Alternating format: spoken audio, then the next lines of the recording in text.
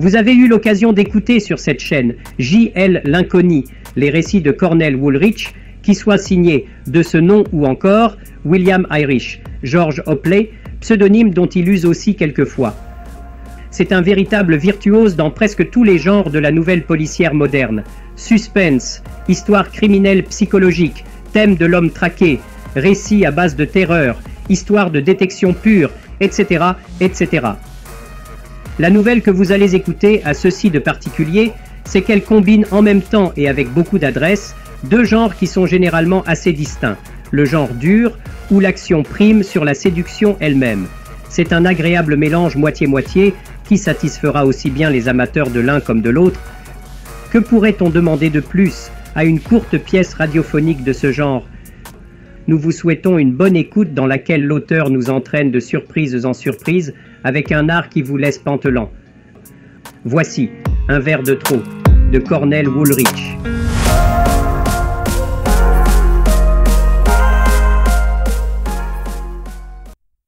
Tout ça était réglé d'avance, devant lui, comme les barreaux d'une échelle. Premier échelon, son nom dans un pavé, en tête de son papier, en tête de tous ses papiers, par Clint Burgers. Dans un an, peut-être même dans 6 mois. Ensuite, une rubrique à lui, avec une petite photo encartée en haut de l'article. Il aurait la trentaine à ce moment-là. Puis la rédaction en chef, à laquelle se cramponnait Henrik, à l'heure actuelle, ce serait aux environs de la quarantaine. Ensuite, directeur général et, enfin, le haut de l'échelle, propriétaire de toute la boîte. Il serait vieux à cette époque-là, 50 ans, mais il ne risquait pas de se laisser pousser un vide comme le singe actuel ou d'aller se ridiculiser sur les links. Et le personnel, il le traiterait humainement. Et Burgess, il dégringola tous les échelons. Propriétaire, directeur, rédacteur en chef, rubrique, pavé, pour se retrouver dans le bas, simple rédacteur de chiens écrasés, un de ces gars qui dégotent les trucs, les téléphones à la boîte et n'écrivent même pas leur propre papier. Quand il apparut dans le bureau, Henrik dit sèchement « Ouais, je sais très bien que vous êtes un méconnu et que vous seriez bien plus à votre place dans ce fauteuil-ci que moi. J'ai vu le coup d'œil nostalgique que vous venez de lui jeter, mais, si vous permettez, je vais encore le conserver un petit bout de temps. » Le gros lion de mer se mit à faire la petite folle et continua en se posant un doigt sur les lèvres. « Chut! En attendant qu'on se prépare à vous remettre les rênes du journal et qu'on peigne votre nom sur la porte du vieux, qu'est-ce que vous direz de trimballer, hors d'ici, votre cul couvert de mousse et d'essayer de gagner les 35 favios que vous nous estorquez tous les samedis par pur chantage? » Les 2 derniers couplets avaient ronflé comme dans un haut-parleur. Quelque part, à l'arrière-plan, un petit coursier fit entendre un bruit de rot. Burgess dit « Ça va, si un mec s'est squinté un bras en allant faire un reportage pour vous, vous trouveriez le moyen de le traiter de bougre cossard parce qu'il ne sait pas esquinter les deux. » « Non, » dit Eric sèchement. « Je lui dirai qu'il est foutrement maladroit. C'est tout. Maintenant, pour en revenir à nos moutons, vous allez filer à un endroit qui s'appelle Maïs Tavern. Ce doit être quelque part dans le Black Street. On vient de communiquer à la rédaction, il y a quelques minutes, le tuyau qu'un type vient de s'y faire descendre. Tâchez de savoir ce qu'il y a à voir. Pas de salade, des faits, Je ne veux rien d'autre que des faits. Tâchez de les noter comme ils sont et de les garder tels quels. C'est probablement un de ces hold-up de bar suivis de meurtres, comme il en arrive 13 à la douzaine. Il est probable que ça ne vaut pas plus qu'un paragraphe à la 2 si on n'a rien de mieux sous la main. Ça vient d'arriver la minute. Aussi vous feriez bien d'en mettre un coup.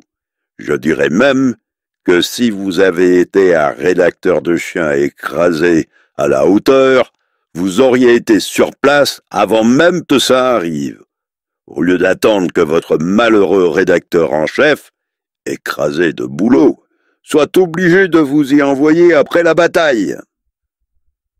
Bon sang, qu'est-ce qu'il ne faut pas entendre? Je ne suis pas une voyante, grommela Burgess, en refermant la porte derrière lui, accompagné par un autre bruit sarcastique du petit coursier. Henrik arrondit le bras dans le geste d'esquisser une taloche dans la direction de celui-ci. C'est un journaliste meilleur que tu ne le sauras jamais, lardon. Il a ça dans la peau. Tu sauras que les seuls gars qui j'insulte, ici, sont ceux que j'aime. Puis il ajouta d'un ton furibard. Et si tu vas lui raconter ça, je te casse les reins. Mince, dit le gosse en faisant semblant d'esquiver le coup. J'ai l'impression que vous devez drôlement m'aimer, moi aussi. Pendant ce temps-là, Burgess taillait la route vers sa besogne en murmurant de temps à autre à son fort intérieur. Ah, il veut des faits. Rien que des faits. Eh ben, il va en avoir. À 9h30 du matin, Mike's Tavern n'avait pas l'air très excitant. De fait, avec ou sans meurtre, elle n'avait jamais dû avoir l'aspect très folichon de toute façon. Une voiture de la brigade des détectives était rangée devant, et, parallèlement à celle-ci, s'alignait la forme bien connue et légèrement sinistre d'une ambulance de la morgue, dont un brancard émergeait partiellement. Il y avait une foule très clairsemée, pas bien importante, contenue par un seul flic en uniforme qu'il avait divisé en deux pour ménager au milieu un large espace vide, en un coup de faux entre la bordure du trottoir et la porte. Faut être juste, la curiosité populaire était plutôt mitigée. La petite foule commençait même à fondre au moment où Burgess arriva. À cette heure-là, les gens avaient leur travail. Un second flic le stoppa juste à l'intérieur du tambour d'entrée. Burgess sortit sa carte de presse. Le flic persista à le stopper. « Il n'y a pas moyen ?» demanda Burgess pour essayer de l'amadouer.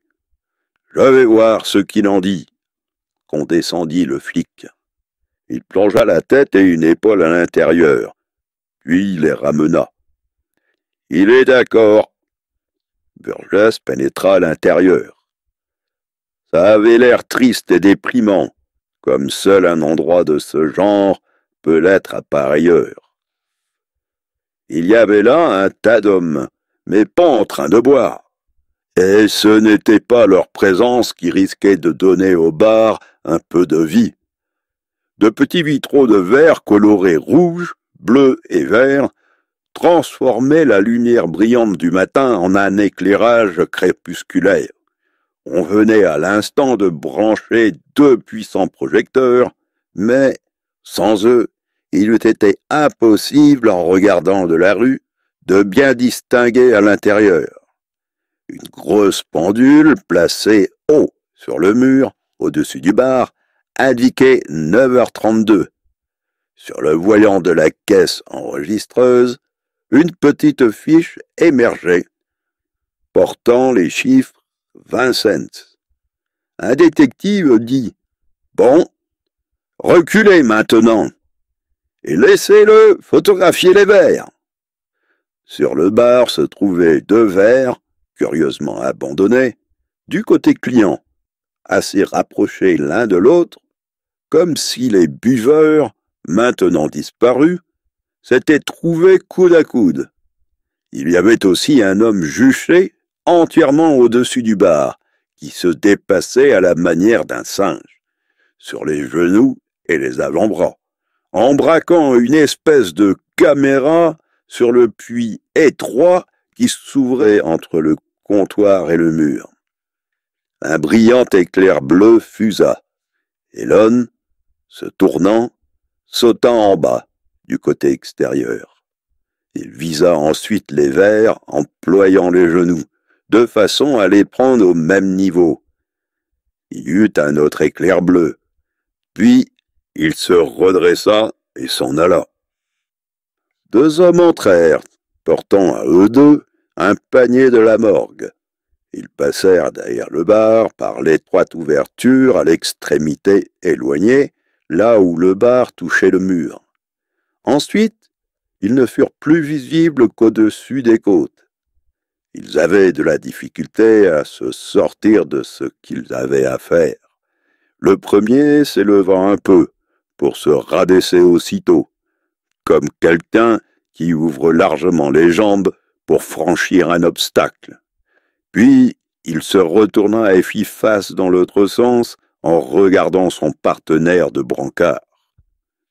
Puis, ils baissèrent ensemble les yeux vers leurs pieds et se grattèrent le crâne, comme s'ils se trouvaient devant un problème d'hydraulique. « Pose-le sur lui, et puis retourne-les tous les 2 ensemble. C'est le seul moyen de le mettre là-dedans, » fit remarquer le premier au second. D'un même mouvement, ils plongèrent derrière le bar et restèrent hors de vue pendant un bon moment. Quand ils réapparurent, ils avaient l'un et l'autre les épaules arrondies, comme des gens qui portaient un poids considérable. Ils firent des manœuvres autour de l'extrémité du bar avant d'arriver à le sortir de là et continuèrent rapidement leur chemin vers la rue, portant à eux 2 quelque chose qu'on avait recouvert, quelque chose de rond dans le milieu et qui remuait comme un plat de gélatine. Les bouts d'une paire de chaussures pointaient en l'air à une extrémité. Burgess, au passage, n'essaya pas de soulever la couverture pour voir ce qu'il y avait dessous, tout disposé à croire sur parole que l'homme était mort. « Combien ont-ils barboté dans la maison ?» demanda-t-il au détective chargé de l'affaire et qui venait d'entendre appeler Lyons. « C'est pas un meurtre pour du vol, » dit ce dernier en allumant le cigare qu'il avait laissé s'éteindre sous la pression des devoirs de sa fonction. « À cette heure de la journée, il n'y a pas grand-chose à barboter dans la caisse d'un bar. On pense que c'est un règlement de compte. Il connaissait ses habitudes. Il savait qu'on pouvait le trouver ici, tout seul, dès l'ouverture. Aucune idée au sujet. Personne ne les a vus rentrer. Personne ne les a vus sortir. Le barman, en arrivant, l'a trouvé allongé comme ça, encore chaud, avec un pruneau dans le dos, derrière le bar, à un endroit où il était impossible de le voir de la rue. « Je croyais que c'était le barman, » dit Burgess. « Qui c'est ?»« Eh non, c'est le propriétaire, Mike Olivier. Il avait l'habitude de venir tous les jours ouvrir lui-même. Le barman, c'est celui qui est là. » C'est par lui que Burgess continua son travail. Jusqu'à présent, il l'avait pris pour un détective de 3e ordre, tombé au milieu de sa première affaire criminelle, à cause de son allure de type qui veut se rendre utile sans trop savoir par quel bout commencer, comme tous les novices. Burgess employa le vieux truc qui, jusque-là, n'avait jamais loupé, la nature humaine étant ce qu'elle est. Je suppose, dit-il, avec déférence, que vous ne voyez pas d'inconvénient à ce que je mentionne votre nom. C'est pour les journaux. Le barman se mit à frétiller. En fait, il ouvrit même les vannes au flot jaillissant de sa verbosité. Quelle sorte de type c'était, suggéra Burgess. Le barman jeta un coup d'œil du côté de l'allée, maintenant déserte derrière le bar. Se fit du plat de la main un écran sur le côté de la bouche, comme si son défunt patron se trouvait toujours quelque part à portée de voix. C'était pas un mec très populaire. À peu près personne pouvait le blairer. Il avait de ces façons, voyez ce que je veux dire, qui prennent pas avec le client. Il risquait pas de faire une ardoise à qui que ce soit. Il était ras comme ça. Il ferma le poing en boule et le montra à Burgess. Chaque fois que j'essayais d'offrir une tournée au compte de la maison, il me flanquait un de ces regards de travers qu'il vous enlève tout le bleu de la chose. Le client a vite fait de remarquer ce genre de truc. Voyez ce que je veux dire? Et le pire de tout, il avait la sale habitude d'encaisser le verre à moitié posé, au lieu d'attendre. Il se tenait là, la main tendue, et si le type crachait pas recta, il lui disait le prix à haute voix et s'assurait qu'on l'avait payé avant de laisser le temps au type de se taper son verre. Un mec comme ça devait avoir des flopées d'ennemis, acquiesça Burgess. Son informateur approuva vigoureusement de la tête. Je me rappelle, un soir, il n'y a pas plus d'un mois, à peu près, il y eut une engueulade terrible ici dedans, avec un type. Ça avait commencé par une petite chose comme ça, et pas un étranger de passage, un bon client, un habitué qui venait ici régule, depuis des années. Le mec lui a tendu un billet de 10 $. Il y avait un coup de feu ce soir-là, les gars étaient alignés sur 3 rangs d'épaisseur, et dans son affolement, le patron n'a pas regardé d'assez près. Il lui a rendu la monnaie sur 5 $. Le gars s'est mis à rouspéter, et le patron l'a traité de menteur en pleine figure. J'ai vu ce qu'il allait arriver et je l'ai tiré de côté pour essayer de le raisonner. Je lui ai dit, il vient ici régule, depuis des années, même s'il a tort, sa clientèle vaut plus que 5 $, patron. Donnez-les lui. Mais il n'a pas voulu m'écouter. Le mec l'a traité d'escroc et le patron a sauté sur le comptoir et l'a jeté dehors. Vous savez, c'était un grand gars costaud. Dans la rue, le type s'est ramassé. Il est revenu jusqu'à la porte et il a gueulé. « J'aurai ta peau, même si c'est la dernière des choses que je dois faire. » Puis, il est parti. Je pensais que sûrement il allait revenir avec les flics d'une minute à l'autre, mais il n'a jamais réapparu. Aussi, voyant qu'il revenait pas, le patron m'a dit avec le sourire du type à qui on ne la fait pas, ça prouve qu'il mentait, et qu'il mentait exprès. Ou si on l'avait vraiment rousti de 5 $, il serait revenu avec un flic. Je lui ai répondu, j'en suis pas si sûr que ça. Burgess prit un air pensif. Moi non plus, j'en suis pas si sûr que ça, murmura-t-il. Il y a d'autres manières. Mais le clou de l'histoire, continua le barman, c'est que ce soir-là, en faisant les comptes, on s'est retrouvé l'onde de 5 $ sur le chiffre marqué au rouleau d'enregistreur. Et dans la caisse, Il y avait un billet de 5 en rabiot. Le patron n'a pas bronché. Il s'est contenté de me dire en haussant les épaules, « S'il réapparaît, rendez-le-lui. » Mais il n'est jamais revenu. On ne l'a jamais revu par ici depuis ce soir-là. « Vous leur avez raconté ça, à eux ?» demanda Burgess, en baissant un peu la voix et en désignant de la tête les détectives dans le fond. « Bah, il a bien fallu, » dit le barman mal à l'aise. « Difficile de passer quelque chose avec ces mecs-là quand ils se sont mis à vous demander des trucs. Il a fallu aussi que je leur dise son nom.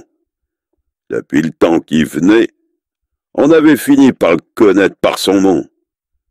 Chuck Hastings, il s'appelle. Il a fallu leur dire ça et donner son signalement. » Il soupira longuement. Et il voulait savoir. Plus tard, dans la journée, Burgess vit le type en question au grand quartier. On le ramenait juste du bureau de Lyons. Mais il avait l'air drôlement sonné. C'était un bonhomme salement effrayé. Burgess ne put s'empêcher d'éprouver un peu de pitié pour lui. Il avait l'air de s'être fait sérieusement malmener et encore plus sérieusement passer au grill. Les questions l'avaient saoulé. On avait déjà renseigné Burgess sur son identité, c'est pour ça qu'il le connaissait. 1 ou 2 minutes plus tard, la porte s'ouvrit sur le barman de Mike. Il venait manifestement d'y avoir une confrontation là-dedans.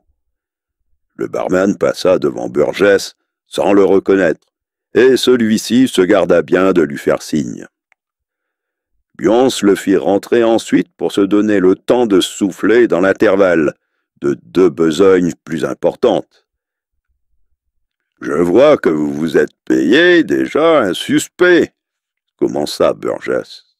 « Non pas. » Lyons écrasa de sa main un gobelet en papier et le lança sous la fontaine d'eau glacée. Il secoua la tête avec décision. « Nous tenons le type qui a fait le coup. C'est du solide. Il est cuit, nettoyé et emballé. On a pris ses empreintes et elles concordent avec celles du verre resté sur le bar au moment du crime. Et ça, on peut dire qu'il en était littéralement tapissé. » Burgess posa le bout de son crayon sur le dos d'une enveloppe, ce qui n'était chez lui qu'un geste affecté, car il ne notait jamais rien dessus.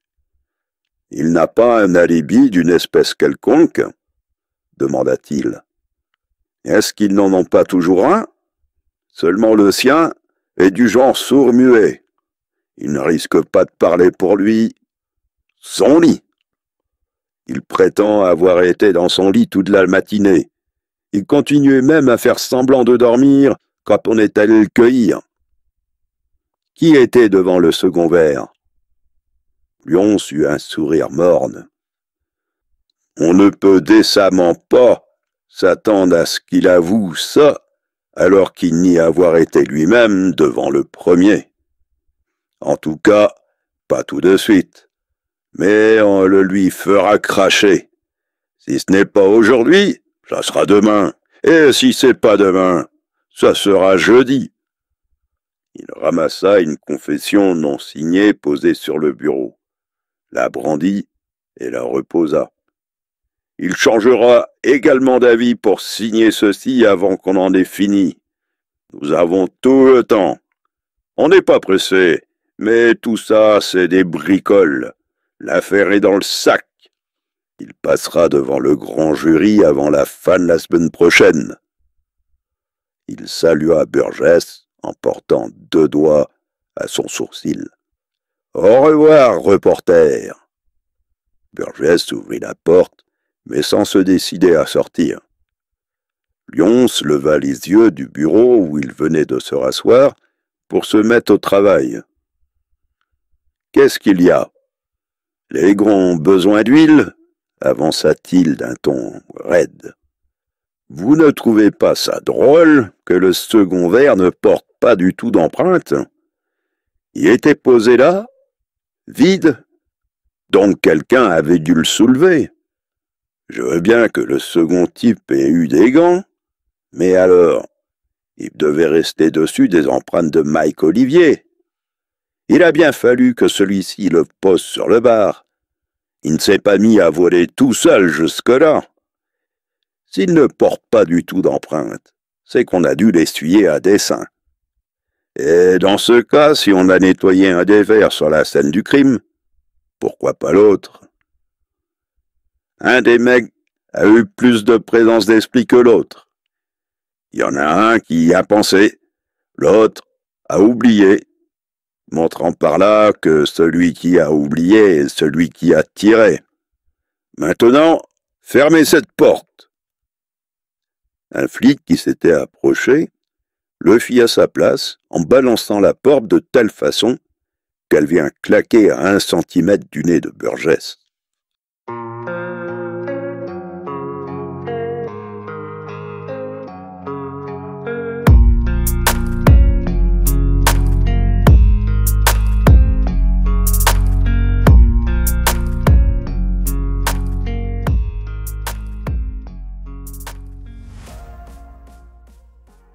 Bon, s'il a dit que vous pouviez voir les photos, moi je veux bien, dit le garde des archives photographiques de la police d'un air morose. Je vais seulement lui demander de confirmer. Il tendit la main vers le téléphone. Non, non, ne l'embêtez pas avec ça maintenant, dit Burgess précipitamment. Il a du travail, c'est pour ça qu'il m'a envoyé à vous directement. Je sors de son bureau, je le quitte à l'instant. C'est pas le corps que je veux voir, comprenez? Simplement les photos de la scène, le bar lui-même. D'un air exténué, l'employé sortit un grand classeur et l'ouvrit. Vous étiez sur place vous-même ce matin. Pourquoi vous voulez regarder les photos? Pourquoi vous retournez pas là-bas, jeter un coup d'œil à la place? Je veux voir les choses comme elles étaient et non pas comme elles sont maintenant. À ce moment-là, j'ai cru voir quelque chose et je veux savoir si je ne me suis pas trompé. Sur les photos, tout est encore en état, ou je pense l'avoir vu sur le moment. Le gardien ne le quitta pas des yeux pendant qu'il se penchait tout près pour examiner attentivement le visage à quelques centimètres des clichés, comme s'il était myope. « Alors, c'est bien ça ?» demanda-t-il enfin. « Ouais, » dit Burgess d'un ton surexcité en se redressant. « C'est bien ça. J'y suis. »« Et alors, qu'est-ce que c'est ?» demanda l'employé, laissant une seconde sa curiosité prendre le dessus. « Merci beaucoup, cria Burgess par-dessus son épaule, en laissant la porte claquer toute seule derrière son dos. Dans le couloir du grand quartier, il se servit d'un des téléphones publics pour appeler son bureau. Henrik était furibard.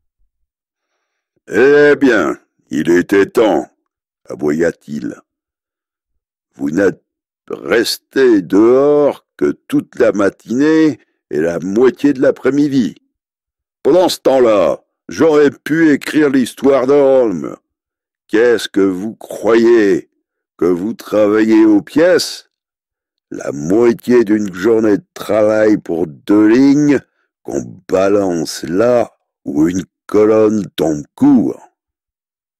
Ouais, mais c'est pas encore fini. Bon, eh bien, 4 mots suffisent pour ça. Une arrestation est éminente. Pas la peine de rester sur place, attendre que ça arrive. L'arrestation a déjà eu lieu, dit Burgess à contre-cœur. Ça s'est passé à 11 heures, ce matin. Mais, bon, est-ce le type qui a fait le coup? Ils le disent. Mais La voix d'Henrik gronda avec un bruit de volcan. « Parfait! Est-ce que eux vous ont dit que c'était fini? » ?»« Oui, mais alors, qu'est-ce qui ose prétendre le contraire? » Burgess fit l'effort pour avaler sa salive. « Moi !» Au grincement, il devina qu'Henrik se soulevait de son fauteuil à rotule et s'y laissait retomber. Il lui fallut une bonne minute pour se raccrocher le larynx. Pourquoi? Parce qu'il n'est pas encore exécuté et enterré. Nous sortons un journal quotidien, pas un annuaire. Écoutez-moi bien. Je ne vous ai pas envoyé résoudre les problèmes policiers pour relever des faits. Si la police dit que c'est ce type-là qui l'a fait, eh ben, c'est liquidé. Je vous donne 10 minutes pour rentrer ici et vous remettre au boulot. Mais écoutez, patron, laissez-moi au moins le temps de vous expliquer ce que j'ai remarqué et ce que j'ai découvert, et qui, à mon idée, leur a échappé. Vous comprenez pourquoi je suis persuadé qu'ils se mettent le doigt dans l'œil? Une voix féminine s'interposa un moment. Les 3 minutes sont passées. Mettez un autre Michael dans la fente, s'il vous plaît. Burgess se mit désespérément à farfouiller d'une main à l'intérieur de ses diverses poches en tenant le récepteur de l'autre. Il sortit des pennies, des quarters, des demi-dollars, même pas de nickel. « Eh, attendez, ne coupez pas !» supplia-t-il. La voix d'Henrik s'évanouissait dans le lointain comme l'écho du tonnerre. « Souvenez-vous bien, 10 minutes, sinon ce ne sera pas la peine de revenir du tout. » Quelque chose fit clac, et la communication fut coupée. Burgess raccrocha et se servit cette fois de ses 2 mains pour se fouiller. Il sortit de la cabine pour se mouvoir plus aisément et ramena soudain l'unique effigie de Jefferson qu'il savait avoir eue sur lui pendant tout ce temps-là.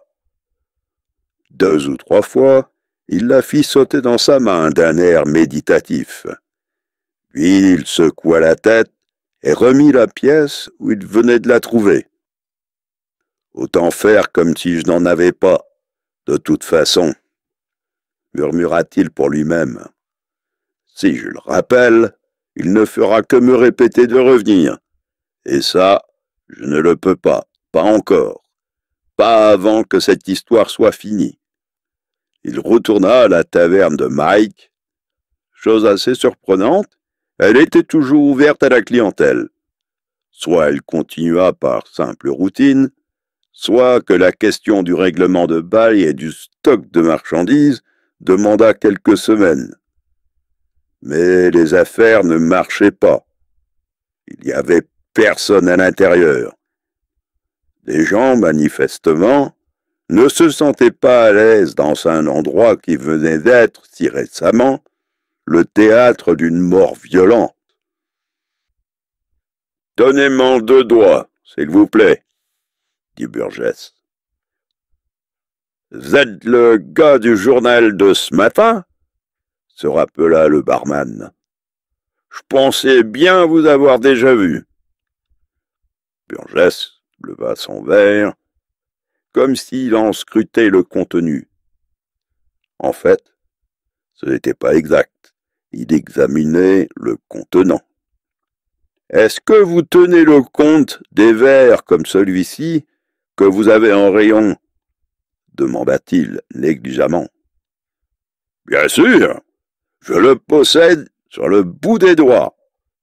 Faut ça dans ce business. On en a fait rentrer 3 douzaines il y a 2 semaines. On en a cassé depuis ce temps-là? Non, j'y fais assez attention. Avec un mec comme Mike, fallait bien. Alors vous devez en avoir 35, sans compter celui que la police a mis sous scellé.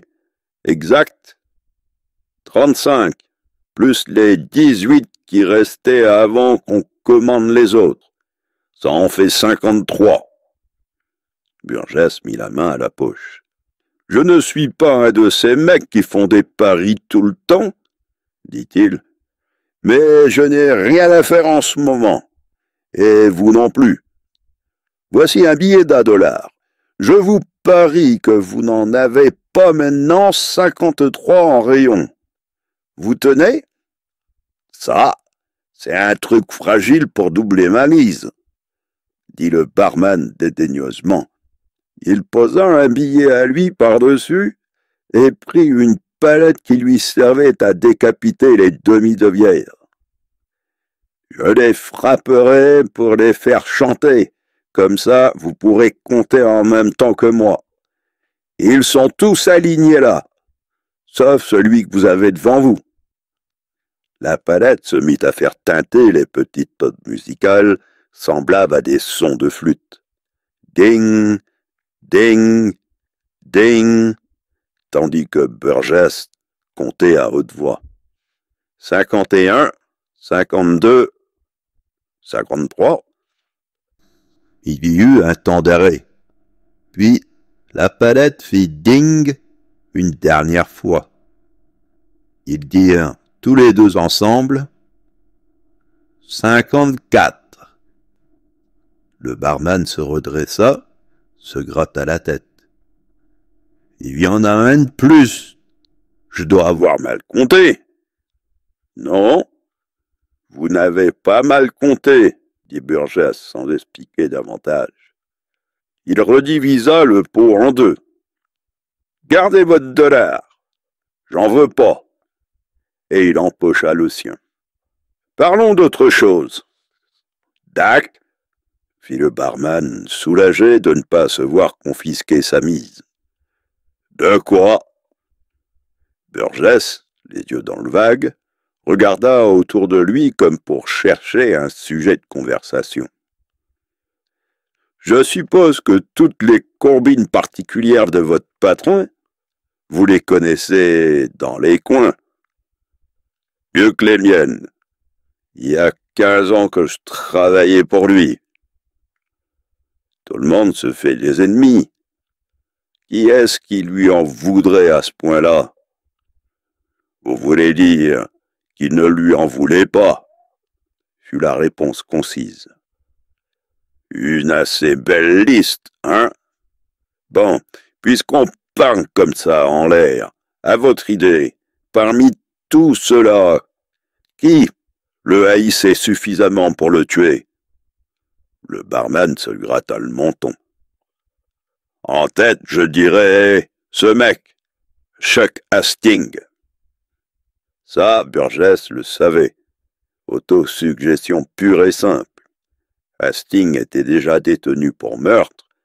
Son nom devait donc ressurgir le premier à l'esprit de ce Solon des chopes de bière. Et qui d'autre après lui? Dit-il d'un ton encourageant. Il attendit, la pointe de son crayon posée sur le dos d'une de ses commodes enveloppes. Voyons voir si nous ne pouvons pas mettre sur pied une sorte de liste entre nous. Quelque chose comme ceci. En supposant que ce ne soit pas Hastings qui l'ait tué.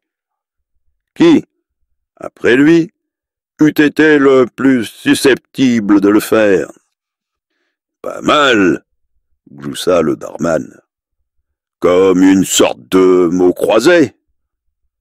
Comme qu'il irait, acquiesça Burgess. Ça a pris du temps. Du temps, de la patience, du doigté. Mais quand il sortit de là au bout de 6 verres, 2 cigares et 90 minutes, il avait sa liste au dos de l'enveloppe. Il ne s'était pas cassé la tête à noter les motifs éventuels. Simplement les noms. Numéro 1, Hastings. En 2, Big Time, Larry. En 3, Cosentino. En 4, Edge. Et enfin en 5, Poletti.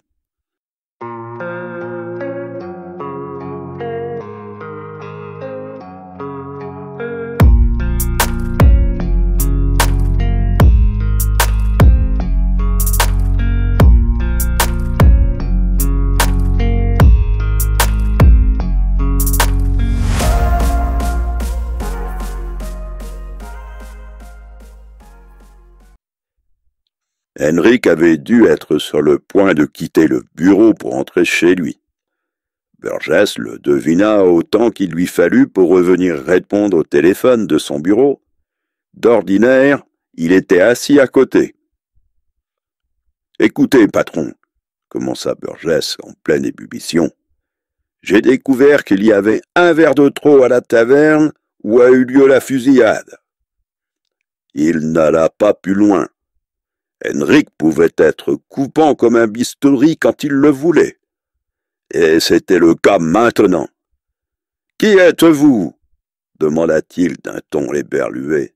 « Oh, patron, souriez pas comme ça, c'est Burgess, vous savez bien qui... Nous n'avons actuellement personne de ce nom-là à la rédaction. Passez-moi au moins un rewriter, si vous ne voulez pas m'écouter vous-même. » dit Burgess d'un ton suppliant. Avec un regret poli, Henrik dit « Il n'y a que les types portés sur les feuilles de paye qui peuvent utiliser les rewriters. On ne peut pas en fournir aux étrangers.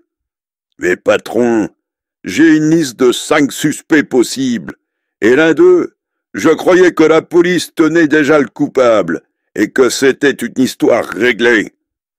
Non, parce que ce n'est pas lui le coupable. Désolé, mais la maison n'a jamais eu pour habitude d'accepter des tuyaux des gens de l'extérieur. Et depuis 2h20, vous êtes à la porte, dit Henrik dans une logique indiscutable. On n'a encore jamais vu de journaliste qui, après avoir été mis dehors, n'ait noyé cet ennui dans l'alcool. Burgess se conforma immédiatement à cet usage. Il passa tout droit du téléphone aux étapes préliminaires de ce qui, selon toute apparence, promettait de devenir une de ces bordées en progression croissante jusqu'au petit matin. Mais les apparences s'arrêtaient là. Normalement, il aurait dû faire au même endroit une station assez longue pour prendre d'abord un solide départ. Burgess, au contraire, ne s'attarda pas au premier bar assez longtemps pour se mettre en train. Il continua à se déplacer, de bar en bar, à la cadence d'un seul petit verre par station, et, qui plus est, sans boire plus d'une petite gorgée de chacun de ces uniques verres. Il se contentait d'y tremper les lèvres une seule fois et... Il paraissait utiliser une sorte de formule géographique pour se noircir, comme s'il avait suivi une carte routière. Tout en buvant, il descendit le côté gauche de Sycamore Avenue, puis la remonta du côté droit. Ensuite, il sauta un bloc et, toujours buvant, parcourut le côté gauche de Central Avenue, puis la remonta du côté droit. Il sauta encore un bloc et recommença son manège dans le quartier suivant. Dans chacun des bars, il posait une question, une seule.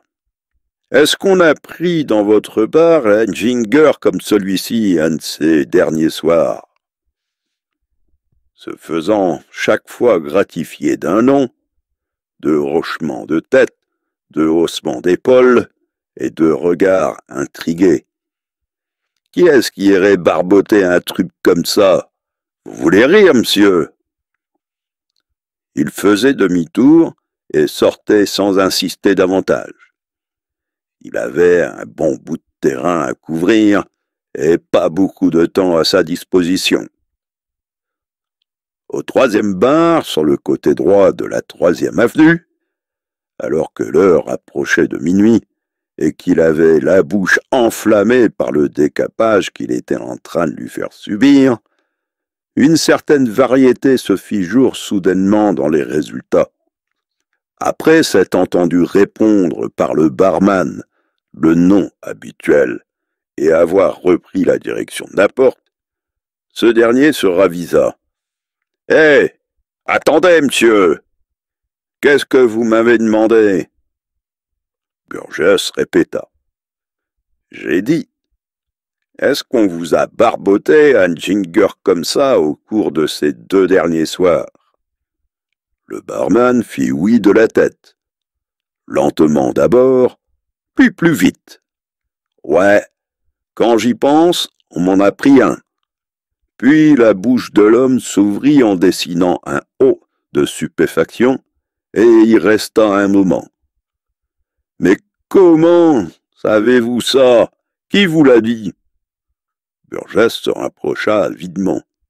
« Vous avez une idée quelconque de la personne qui l'a pris? »« Je ne sais pas qui c'était, si c'est ça que vous voulez me faire dire. »« Et vous l'avez vu? »« Ouais, je l'ai vu. » Burgess se redressa légèrement sur la pointe des pieds, les pommes à plat sur la main courante du bar. « Pouvez-vous me le décrire? Donnez-moi-en une idée, vite. » Taille moyenne, plutôt mince, voyons, cheveux noirs, et la peau un tout petit peu bronzée. Il avait le front qui pelait. Un défaut à l'œil? Ouais, un œil un peu torve, comme s'il avait quelque chose qui clochait.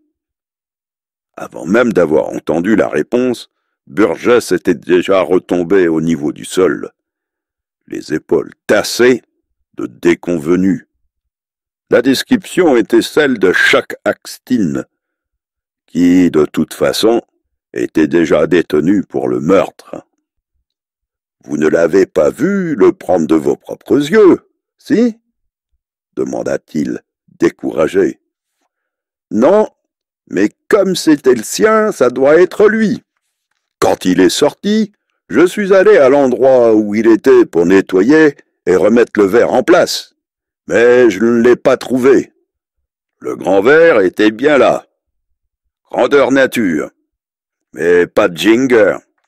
Je pigeais pas. Je me suis même penché au-dessus du comptoir pour voir s'il n'avait pas dégringolé à l'extérieur, mais sur le plancher, il n'y avait rien qui y ressemblait ni en entier ni en morceaux. J'arrivais pas à n'y faire, vous savez. C'est quelque chose qui arrive jamais. Ces petits trucs-là valent même pas un dime. Ils ne valent peut-être rien en argent, se dit Burgess sans répondre, mais ils peuvent coûter une vie humaine. Lyons le regarda comme s'il le croyait devenu fou. « Et pourquoi je vous laisserai rentrer? Qu'est-ce que vous croyez? Qu'on célèbre la semaine de bonté dans les cellules de prison? Le mec est détenu pour crime, et vous croyez qu'on laisse n'importe qui aller lui faire des visites? Tout ce que je veux, c'est quelques détails sur son passé, son milieu, pour un article de psychologie criminelle qu'on m'a commandé. Ça ne peut pas faire de mal à personne. Eh bien, allez chercher votre psychologie criminelle de l'autre côté de la façade de cette maison. Quoi? Vous avez peur? Si je lui parle 1 minute, que je risque de découvrir que le gars est innocent et que ce n'est pas le vrai coupable que vous tenez, votre cause doit drôlement branler dans le manche. De quoi? Espèce de... Lyons se souleva à moitié de son siège en se retournant les manches comme s'il avait l'intention de lui balancer un swing. Je devrais... Puis il changea d'avis, se laissa retomber sur son siège. Je parie que si je vous laisse pas entrer, vous allez nous torcher une histoire à votre manière, où on passera pour des couillons. Il cria pour faire venir quelqu'un. « Amenez-moi ce travailleur du crayon, et laissez-le 5 minutes avec Hastings. Il veut lui tenir la main ou quelque chose dans ce goût-là. Passez-le bien à l'aspirateur d'abord. J'ai eu un sacré boulot pour rentrer ici, commença Burgess en préliminaire, aussitôt que la grille fut refermée en claquant sur eux trois. Pas moi, dit Hastings sobrement sans lever les yeux de son lit de sangle. Et il ne me donne pas grand temps. Aussi, il faut que je vous parle en vitesse. Il balança le pouce en direction du flic qui, le dos à la grille, les surveillait avec des yeux furibonds. Ne vous en faites pas pour lui. Je n'ai pas l'intention de vous demander quoi que ce soit qui risquerait de vous nuire auprès d'eux. Seulement, je vous prie, répondez-moi bien, voulez-vous? C'est à cette seule condition que je peux vous aider. Qu'est-ce que vous voulez savoir? Répondit Hastings d'un ton rébarbatif. À qui avez-vous serré la main hier soir? Hastings se redressa légèrement sur le coude et le regarda de travers. Qu'est-ce qui vous arrive? Vous êtes pas un peu dingue? À qui avez-vous serré la main hier soir? Je répète. À qui avez-vous serré la main? Dans un bar, le soir avant qu'on vous arrête pour ce meurtre. Hastings essuya pensivement la bouche du dos de la main en le fixant d'un œil vide. À personne. J'ai rencontré personne de connaissance, aucun ami de toute la soirée. J'ai été tout seul tout le temps. Minute. Vous êtes bien allé à un endroit qui s'appelle Sullivan, dans l'Union Avenue. C'est juste, jusque-là? Hein? Hastings fit oui de la tête. Ouais, mais je suis rentré seul et sorti seul. Je ne suis pas resté pas plus de 10 minutes ou 15 minutes maximum. Et pendant ce temps-là, vous n'avez serré la main à personne? Réfléchissez bien, mon vieux. Hastings se redressa enfin complètement. Attendez une seconde. Je n'ai serré la main à personne de mon propre gré, mais quelqu'un m'a attrapé la pogne et me l'a pompé un moment. Je m'en souviens maintenant. Un de ces soulards à côté de moi. Vous connaissez le genre? Le gars qui fait à tout le monde le coup du vieux frère perdu et retrouvé. Le casse-pied dont on ne peut pas se dépêtrer une fois qu'il vous a accroché. D'abord, il s'est excusé pour m'avoir bavé dessus. Puis, il a voulu me payer un verre. J'ai dit « non merci » et que j'allais me tirer quand j'aurais bu celui que j'avais devant moi. Il m'a dit « sans rancune » et il m'a empoigné la main et l'a pompé à peu près 16 fois. Après, il m'a foutu la paix. C'est ça que vous vouliez savoir? Burgess inclina la tête d'un air préoccupé pour montrer que oui. Vous avez remarqué vos mains en rentrant chez vous hier soir? Qu'est-ce que ça veut dire? Dit Hastings avec impatience. Je les avais toujours sur moi. Je les avais laissés nulle part. Non, je veux dire, vous les avez lavés avant d'aller vous coucher? Est-ce qu'il n'y avait pas quelque chose dessus? Hastings s'arrêta court, le souffle coupé. Dites donc, vous avez double vue. Il y avait bien quelque chose dessus. 2 taches. 2 taches de graisse. Sur une, à droite, et de la graisse à machine ou quelque chose dans ce genre. Un de ces fourvis qui sont durs à enlever. L'autre foireux dont je vous parle avait dû bricoler une voiture, à moins qu'il n'ait travaillé dans une boutique de machines. Du dos de la main, Burgess lui appliqua soudain une bonne claque sur la poitrine. « Je suis sur la bonne piste !» s'écria-t-il en jubilant. Il se pencha en avant, l'attention tendue. « C'était quelqu'un que vous aviez déjà vu? »« Non, j'avais jamais vu de ma vie. C'était un grand mec, une armoire à glace, autant que je peux me rappeler. Je l'ai pas regardé de très près, mais je crois bien qu'il portait une salopette et une casquette de graisseur. Mais je suis pas sûr. Un soulard quelconque, quoi. Ce n'était pas un soulard, ni un soulard quelconque. Mais, pour l'instant, passons. Il sortit ses outils familiers, l'enveloppe et le crayon.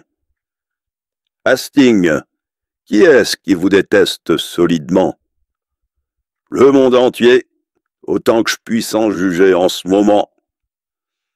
Pas moi. Et je vous pose la question. Tout ceci me rapportera quoi? J'essaye simplement de vous donner un coup de main. Qui vous déteste assez pour vous coller un crime sur le dos. Et comment voulez-vous que je le sache? Répondit-il d'un air dégoûté. Quelquefois, on n'en sait rien. Non, mais généralement, on s'en doute assez bien. Quand il le quitta, il emportait la liste suivante. En 1, Arlon. En 2, Scrisland. En 3, H. Et en 4, Alfogel. Il s'assit sur un banc avant de revenir au bureau de Lyons.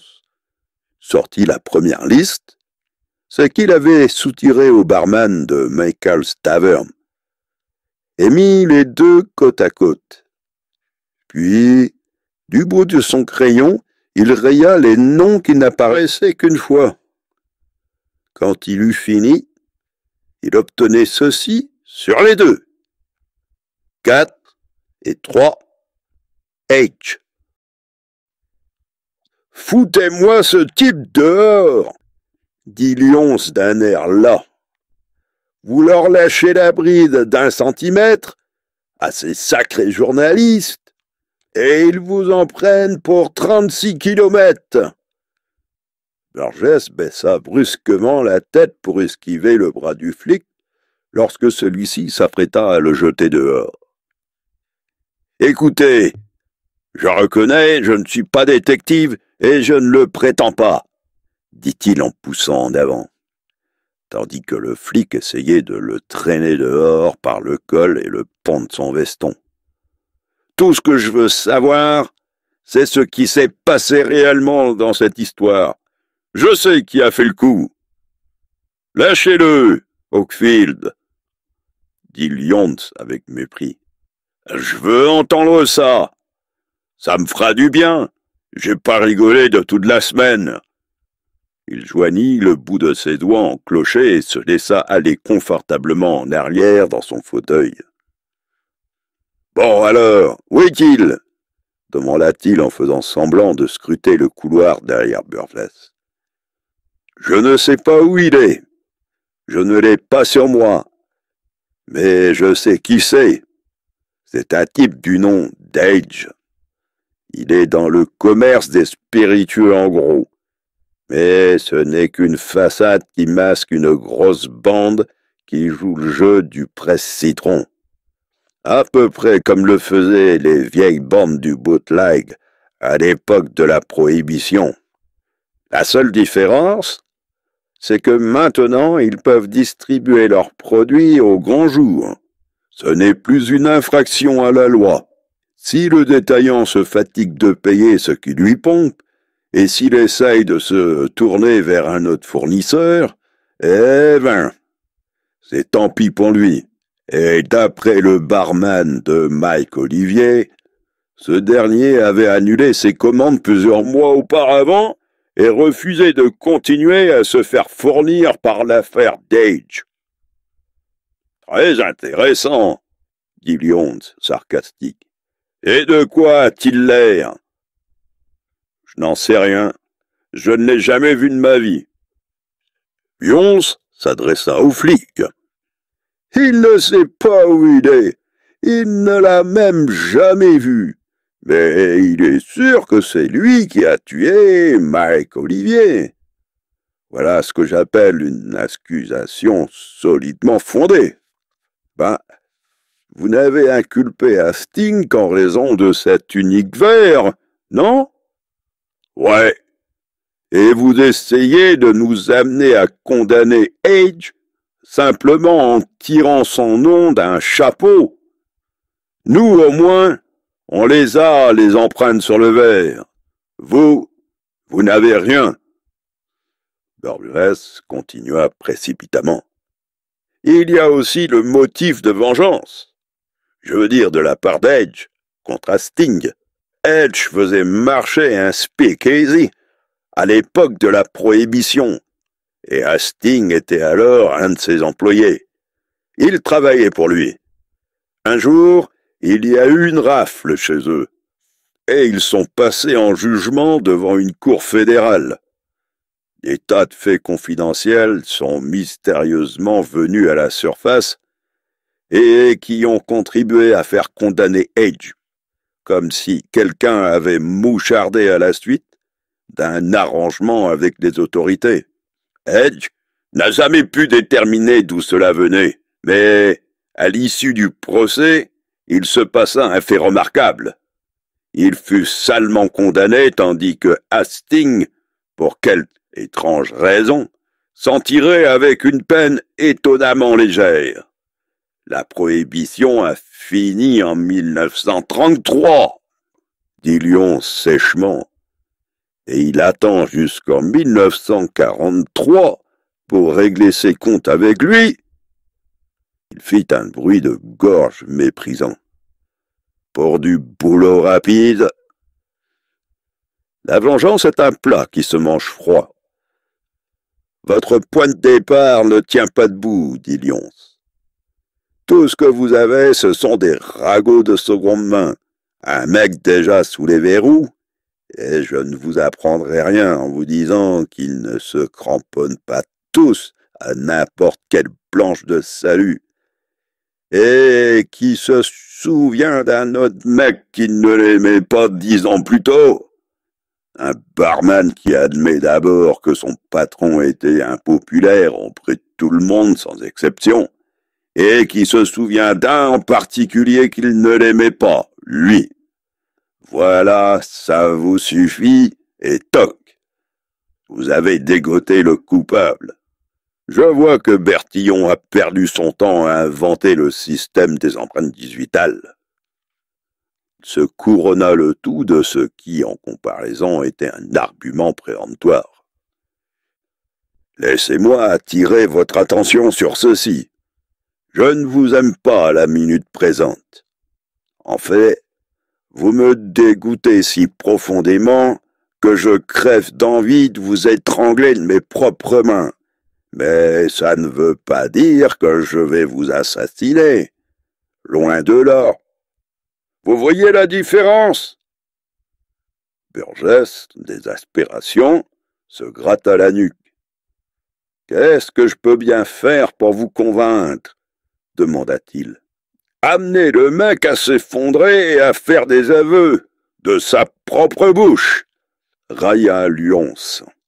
Et alors, j'y porterai peut-être quelques attentions. Je ne sais même pas où le joindre, murmura Burgess d'une voix basse et découragée. Allez-y, Oakfield. Vous pouvez finir de le jeter dehors maintenant, dit Lyons. J'ai assez rigolé pour le restant de la semaine.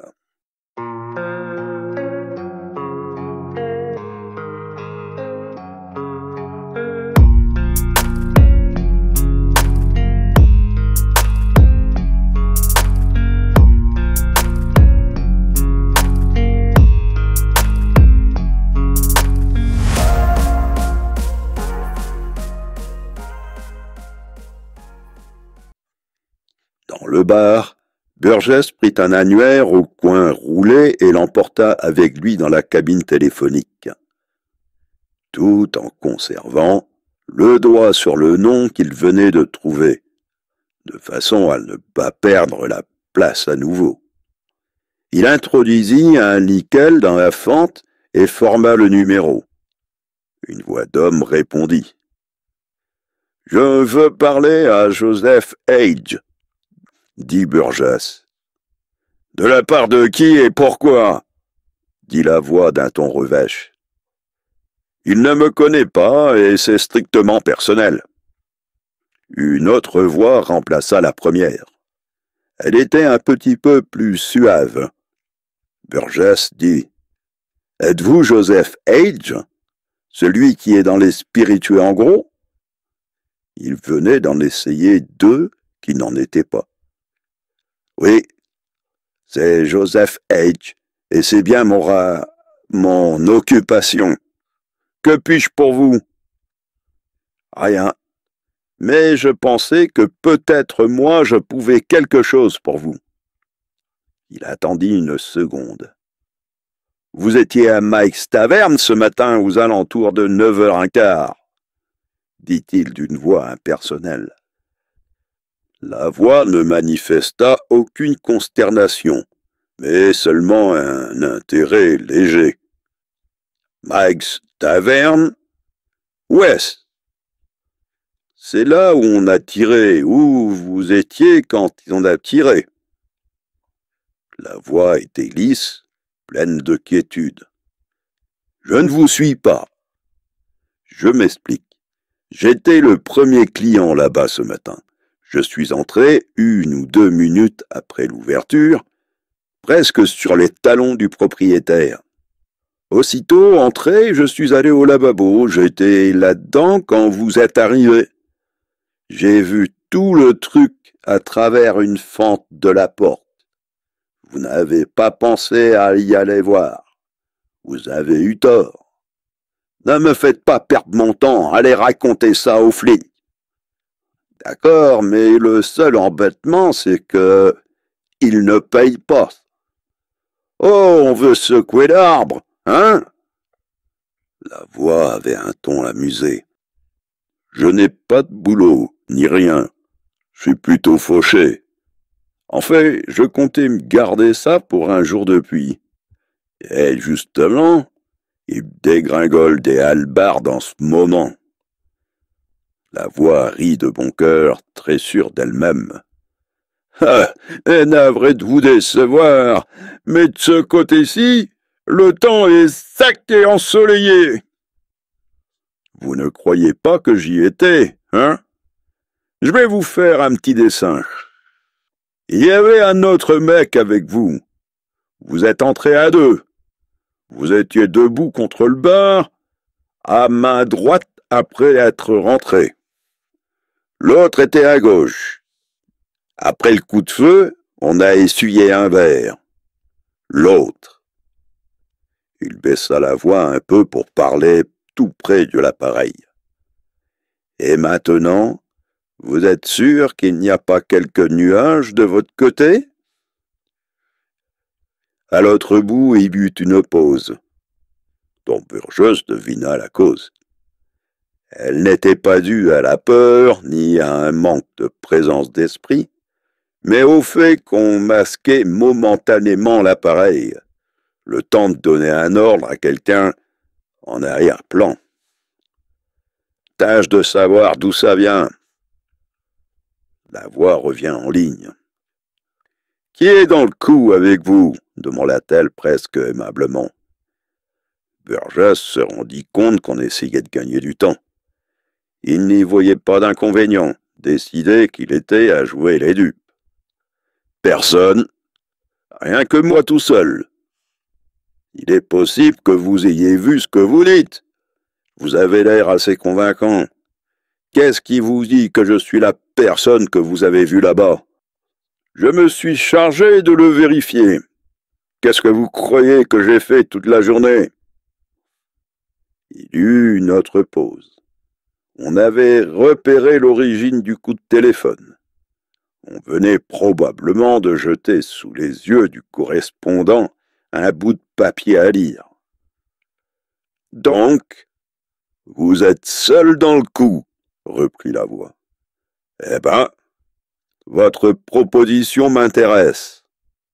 Un parapluie d'à peu près quelle taille faudrait-il pour vous couvrir? D'environ $500. C'est plutôt grand pour un parapluie. C'est une averse plutôt forte. Bon, acquiesça la voix. Ça ne peut pas nous faire de mal de nous voir pour en discuter. Je me fais généralement raser le matin, à la première heure, à une boutique de coiffeur qui s'appelle l'Empire. C'est sur Central Avenue. Vous ne pouvez pas vous tromper. Il n'y a qu'une colonne devant, sur le trottoir. Attendez-moi là vers 9 heures. Vous y êtes? J'y suis, dit Burgers. Il ne reprit pas la peine de noter. Il savait que le rendez-vous ne serait jamais tenu. Ce n'était pas possible, car c'eût été un rendez-vous entre un vivant et un mort. Un des deux aurait cessé de vivre à ce moment-là. Il raccrocha. Il consulta sa montre, puis reprit l'annuaire. Une fois de plus, il suivit du doigt la colonne jusqu'à ce qu'il ait trouvé le nom d'Age. Mais cette fois, c'est l'adresse qu'il venait après le nom qui l'intéressait. À peu près 10 minutes pour être ici, murmura-t-il dans un souffle. Il pêcha une de ses enveloppes à tout faire, y griffonna quelque chose, puis la plia ensuite aussi petit que possible, et la fourra dans sa poche. Il sortit de la cabine et retourna au bar. « Quelle heure vous fermez ?» demanda-t-il à l'homme du comptoir. « 4 heures, comme d'habitude. »« Encore 20 minutes à peu près, » murmura Burgess. L'endroit se vidait petit à petit. Il finit par rester seul à l'extrémité du comptoir. Au bout de 10 minutes, il consulta sa montre à nouveau. Puis, il tourna lentement la tête pour jeter un coup d'œil à la porte. Rien n'arriva. Personne n'entra. Masquant le geste de son corps, il frappa le poing en boule et esquissa un swing court en direction du bar, comme un type qui s'est trompé dans ses calculs et qui ressent l'envie de boxer quelqu'un. Le barman commença à éteindre certaines des lumières. Le dernier client s'était maintenant éloigné. Il n'y avait plus personne dans le bar, sauf Burgess. Le barman revint vers lui et dit, en manière de rappel, « Vous en jetez un dernier avant que je remette les bouchons pour la nuit ?» Burgess accepta d'un signe de tête. Il prit un billet et le mit dans la main du barman en disant « Ça va bien. »« Merci bien, » dit le barman épanoui.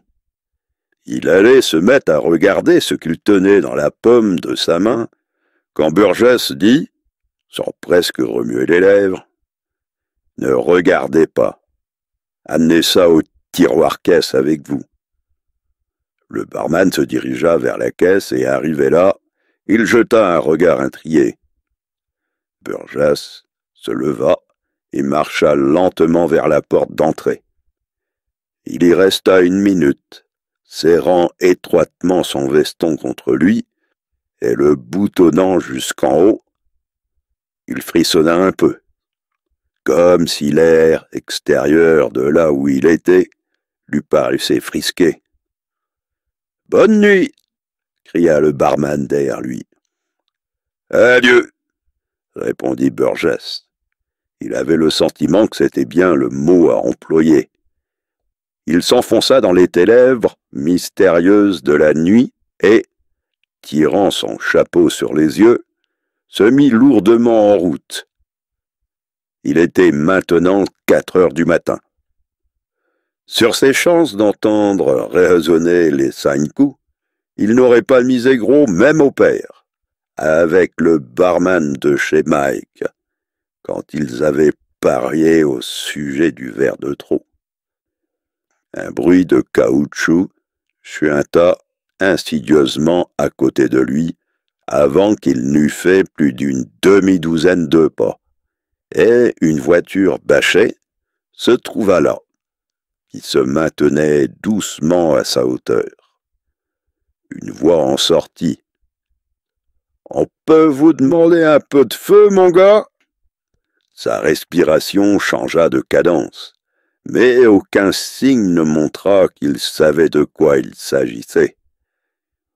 Il mit la main à la poche, obliqua sur le côté et se dirigea vers la voiture. Il ne voyait toujours personne. On aurait dit un cercueil sur roue. Ils avaient dû baisser les rideaux. Une main sortit, prit des allumettes, mais on ne s'en servit pas. Aucune flamme n'apparut à l'intérieur.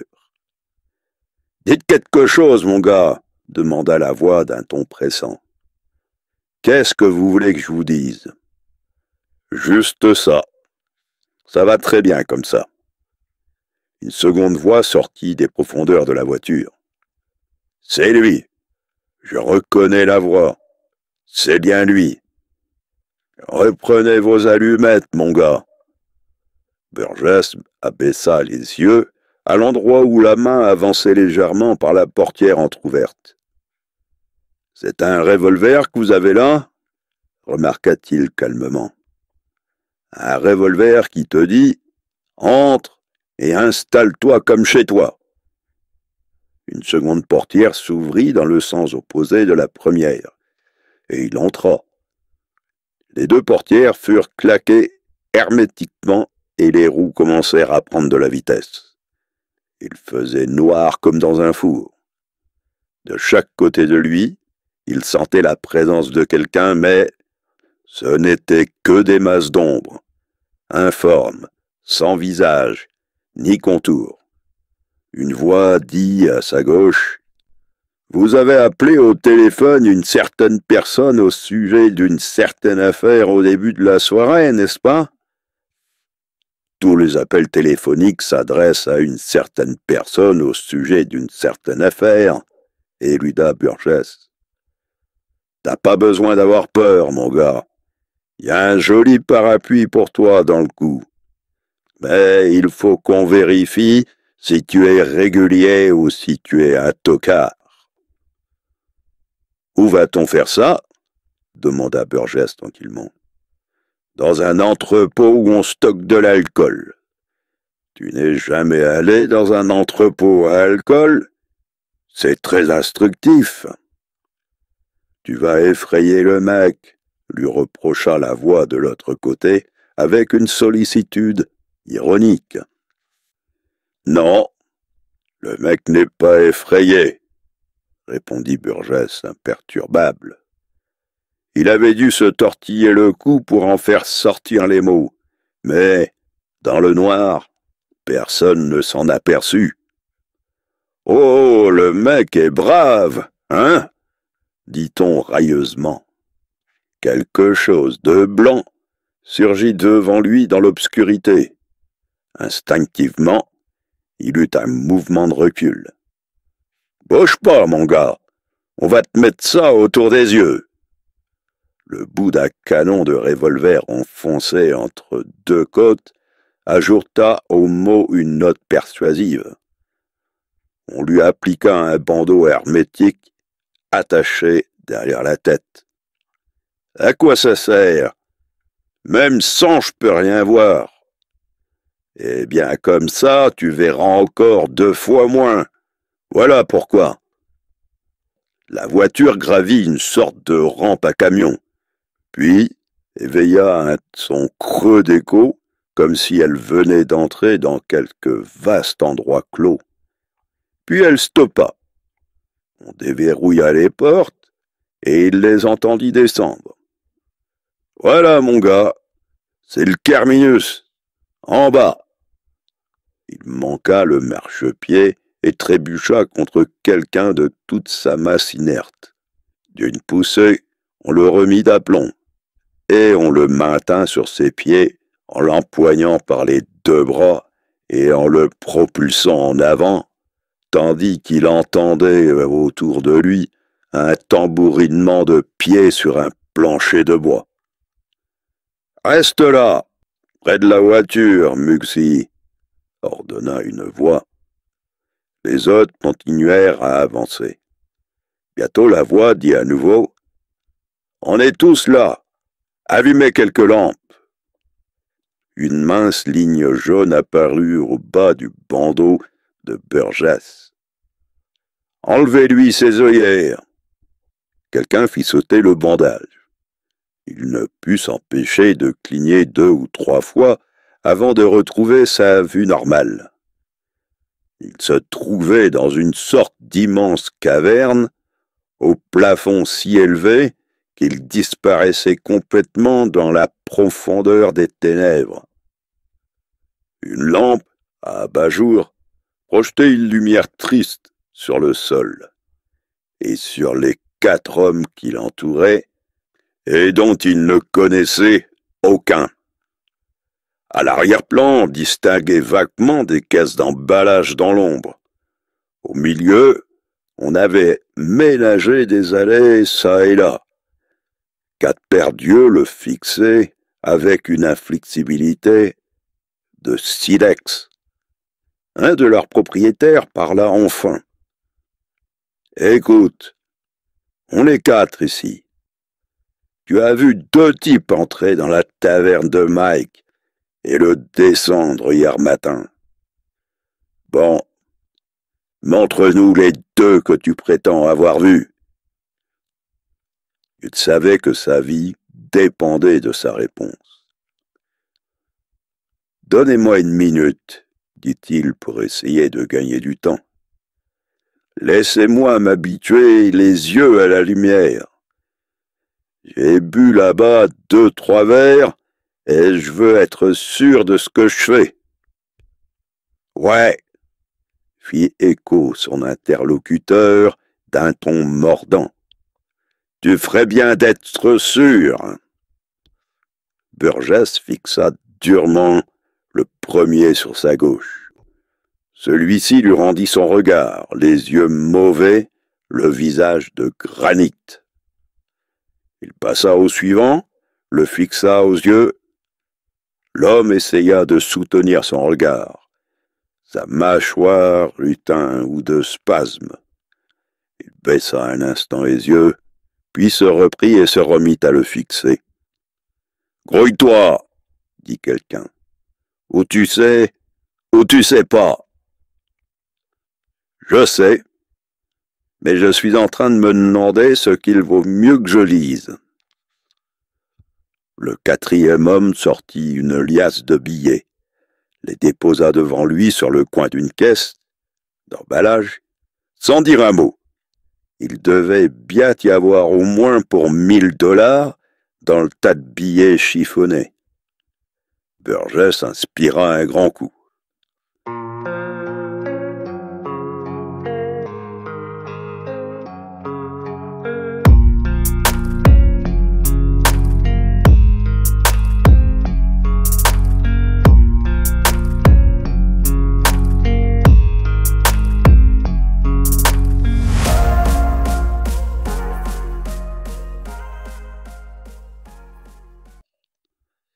Les 2 types que j'ai vus entrer au Mike's Taverne et descendre Mike Olivier sont vous, le second, et vous, le 4e, dit-il calmement. Pendant 1 minute, rien ne se produisit. Puis l'homme qui avait sorti l'argent émit un léger sourire de regret dans le silence. Il sourit un peu en disant « Pas la bonne réponse. C'est vous 2 qui étiez là-bas. Alors, qu'est-ce qui me colle pas? » D'accord, c'était doux. C'est bien pour ça que c'est pas la bonne réponse. Si tu avais choisi les 2 autres, on aurait su que tu les désignais au hasard et tu serais probablement sorti vivant d'ici. Comme tu as pris les 2 bons, nous savons maintenant que tu étais vraiment là-bas. Dommage, mais il va falloir que tu prennes tes 500 faillots sous forme de comprimés. Un revolver apparut dans sa main. « Poussez-le un peu sur le côté, » ordonna-t-il. « Ça risque de toucher une des caisses et vous allez le placer juste devant mon meilleur stock de 4 étoiles. Deux types empoignèrent Burgess par le bras de chaque côté et se mirent à le repousser latéralement. Soudain, une voix impérative retentit au fond des ténèbres. « Lâche ça toi-même, ou bien je risque moi aussi de toucher autre chose. » Edge fit un demi-tour rapide pour faire face à la nouvelle direction et releva son revolver pour tirer. Mais la détonation vient de l'autre extrémité de la ligne de mire, et il fut projeté contre une caisse avec un bruit sourd. L'inspecteur Lyons avança, marchant lourdement à travers la fumée de son coup de feu. « Il faut toujours faire ce qu'on vous dit la première fois, dit-il d'un air farouche. Quand c'est un ordre de la police. » Il cueillit le revolver dans la main d'Edge, qui s'écoulait doucement sur le sol, sur le côté, en traçant une mince raie rouge sur la caisse, par-dessus les lettres au pochoir qui disait « Entrepôt Edge, 4 étoiles ». Un flic ou un détective bloquait chacune des 4 allées qui convergeaient vers l'espace libre où ils avaient projeté d'exécuter Burgess. Les 3 qui restaient firent leur profit de la petite démonstration qui venait de leur être donnée. Ils obéirent à la première sommation en exhibant leurs paumes de main vides. Lyons s'approcha de l'endroit où Burgess, de ses coudes projetés en arrière, s'appuyait sur le rebord d'une des caisses pour se soutenir. « Êtes-vous OK ?» demanda-t-il. « Ça va », répondit Burgess en se tamponnant le front. « Les jambes un peu flagadas, c'est tout. Vous avez entendu ce qu'il a dit? Vous étiez assez près? Vous m'avez dit qu'il s'accuserait de lui-même de sa propre bouche. »« J'ai parfaitement entendu, » assura Lyons. « Et toute l'équipe que j'ai amenée avec moi aussi. »« Eh bien, c'est tout ce qu'il faut. Maintenant, je crois bien que je vais m'asseoir. » Burgess se laissa glisser jusqu'au sol, les genoux relevés. « Donnez-moi une cigarette, » dit-il piteusement. « Je ne suis pas un héros. »« Non, » répondit sèchement l'inspecteur. « Eh ben, vous venez de nous en donner une imitation suffisante pour que je m'y laisse prendre. » Burgess se remit péniblement sur ses pieds. « Je jouais gros, » expliqua-t-il. « Je ne savais pas si le barman me prenait au sérieux. Je ne voulais pas vous téléphoner avant qu'il ne se soit produit quelque chose, parce que j'avais comme une vague idée que vous y feriez pas attention. »« Ça, j'en ai bien peur, » admit Lyons d'un air penaud. « Je ne voulais pas lui parler dans le bar, car il pouvait très bien être en train de me surveiller de l'extérieur. Aussi, j'ai gribouillé sur le dos d'une enveloppe qu'il vous appelle aussitôt que je serai parti, et de vous dire que c'était Edge, et s'il m'arrivait de clamser, de vous adresser à lui. Eh, le barman a fait mieux. Après avoir lu ce qu'il y avait marqué dessus, il est devenu si curieux qu'il vous a suivi jusqu'à la porte et vous a regardé partir après d'avoir éteint les lumières derrière lui, comme de juste. Il a vu la voiture vous cueillir, il a même noté le numéro. Puis il m'a téléphoné tout ça. Je l'ai fait immédiatement signaler par radio, et une voiture en patrouille l'a repéré en route et suivi jusqu'ici. Il ne nous restait plus qu'à venir à l'endroit indiqué. Il s'éloigna pour superviser l'enlèvement d'Edge, étendu à plat ventre sur un brancard, et revint. « Il est mort ?» demanda Burgess. « Non, il buvra assez pour grossir la facture d'électricité de l'État. Mais il croit qu'il est mourant, Il vient d'avouer à nouveau. Puis, dans 2 ou 3 jours, il passera par le second stade. Ils y passent tous et il se rétractera. Ça ne fait rien, on a l'habitude. Allez, rentrons maintenant. Je veux passer le reste de la bande à l'étrille. Au cours du trajet, vers le grand quartier, il fit remarquer. Elles n'ont pas dû être marrantes, ces quelques minutes pendant qu'il vous faisait passer le petit examen. Non, pas marrantes, mais pas pour les raisons que vous croyez. Le plus dur était de deviner la bonne mauvaise réponse. Comme il disait, je savais pouvoir sauver ma peau en devinant le travers. Mais c'était pas ça que je cherchais. Je n'avais jamais vu aucun des 4 avant. Je craignais de tomber sur les 2 qui n'avaient pas été là-bas et qu'ils me relâchent au lieu de me faire passer sur le grill. Vous voyez comment ça s'est passé maintenant, non? Continua-t-il. C'était faire 2 coups d'une seule pierre, ou plutôt d'un seul verre. Edge avait une vieille rancune contre Hastings, et une autre plus récente, et encore plus carabinée contre Mike Olivier, parce que celui-ci avait osé résister à sa bande de distribution d'alcool, et refusait de se laisser sonner davantage. Aussi, il calcula qu'un meurtre suffirait pour liquider les 2. Il envoya un de ses hommes avec de la graisse sur les mains, jouer son rôle de sous-l'eau et suivre Hastings dans un bar le soir précédent. Il lui serra la main et Hastings, sans s'en rendre compte, imprima l'empreinte du bout de ses doigts sur le verre dont il se servait.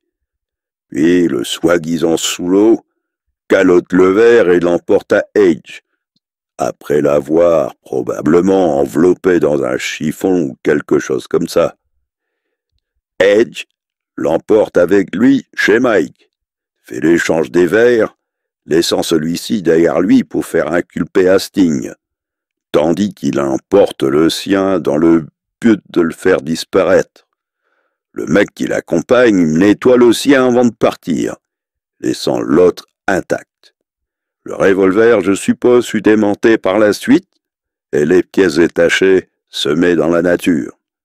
J'ai bien essayé de vous parler de ce verre en excédant dans le stock de la taverne, mais vous n'avez pas voulu m'écouter.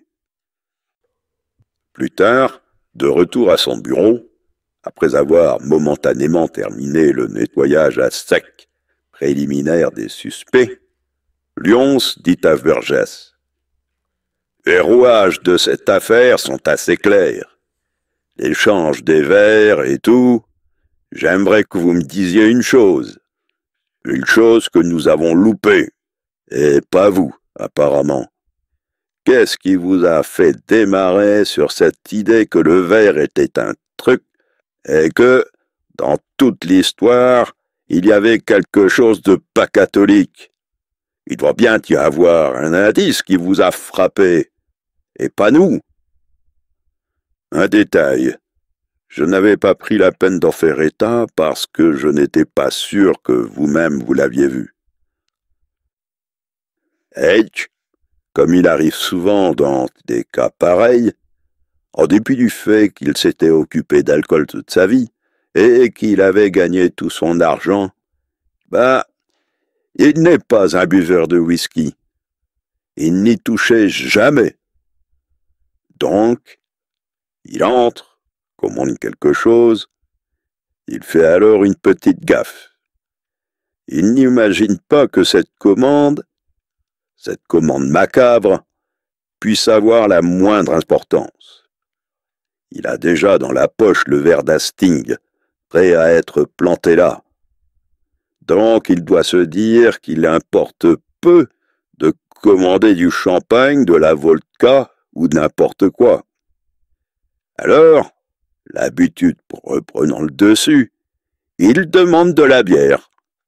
et le mouton de Panurge qui l'accompagne, par une sorte d'autosuggestion qui apparaît souvent à ces moments-là, commande la même chose. Mais Mike Olivier avait la bizarre habitude d'exiger d'être payé tout de suite. C'est son propre barman qui me l'a dit. Si bien que Mike pianote sur la caisse enregistreuse la somme équivalente aux pièces qu'on lui donne. La preuve était toujours là, une demi-heure plus tard quand je suis arrivé. Et pour m'assurer que je m'étais pas trompé, je suis allé regarder vos photographies de police, qui me l'ont confirmé. Sur le comptoir, il y avait un verre à bière et un ginger à whisky. Et cependant, l'indicateur de la caisse indiquait 20 cents. On ne peut pas trouver là-dedans un whisky et une bière. Dans toute la ville, vous ne risquez pas de trouver un whisky qui se vante à 10 cents le coup.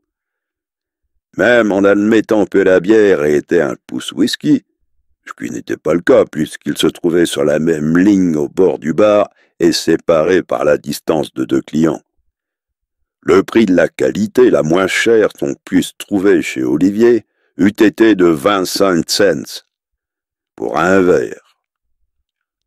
Lyons tambourinait des doigts sur son bureau. « Est-ce que vous connaissez un bon opticien, dit-il. Je crois que je vais lui envoyer quelques-uns de mes hommes, sans compter que cela ne ferait pas de mal à moi non plus. » Il avait tout ça devant lui, réglé comme les barreaux d'une échelle. On venait de lui accorder d'avoir son nom sur un pavé au milieu de son article. Donc, un échelon de gravi. Le reste, attendez. Ensuite, il aurait une rubrique à lui, puis la rédaction en chef, puis la direction. Burgess! Il dégringola jusqu'en bas de l'échelle et se retrouva de nouveau en bas. Et si vous alliez trimballer hors d'ici votre carcasse d'ahurie pour essayer de gagner les 50 favios que vous nous estorquez toutes les semaines par pur chantage. Pour être plus précis, il y a, si je comprends bien, une femme qui menace de sauter du rebord d'une fenêtre dans Franklin Street. Burgess claqua la porte sur cette tirade de centaure. Eh bien, il m'aura au moins rapporté $15 d'augmentation, grommela-t-il.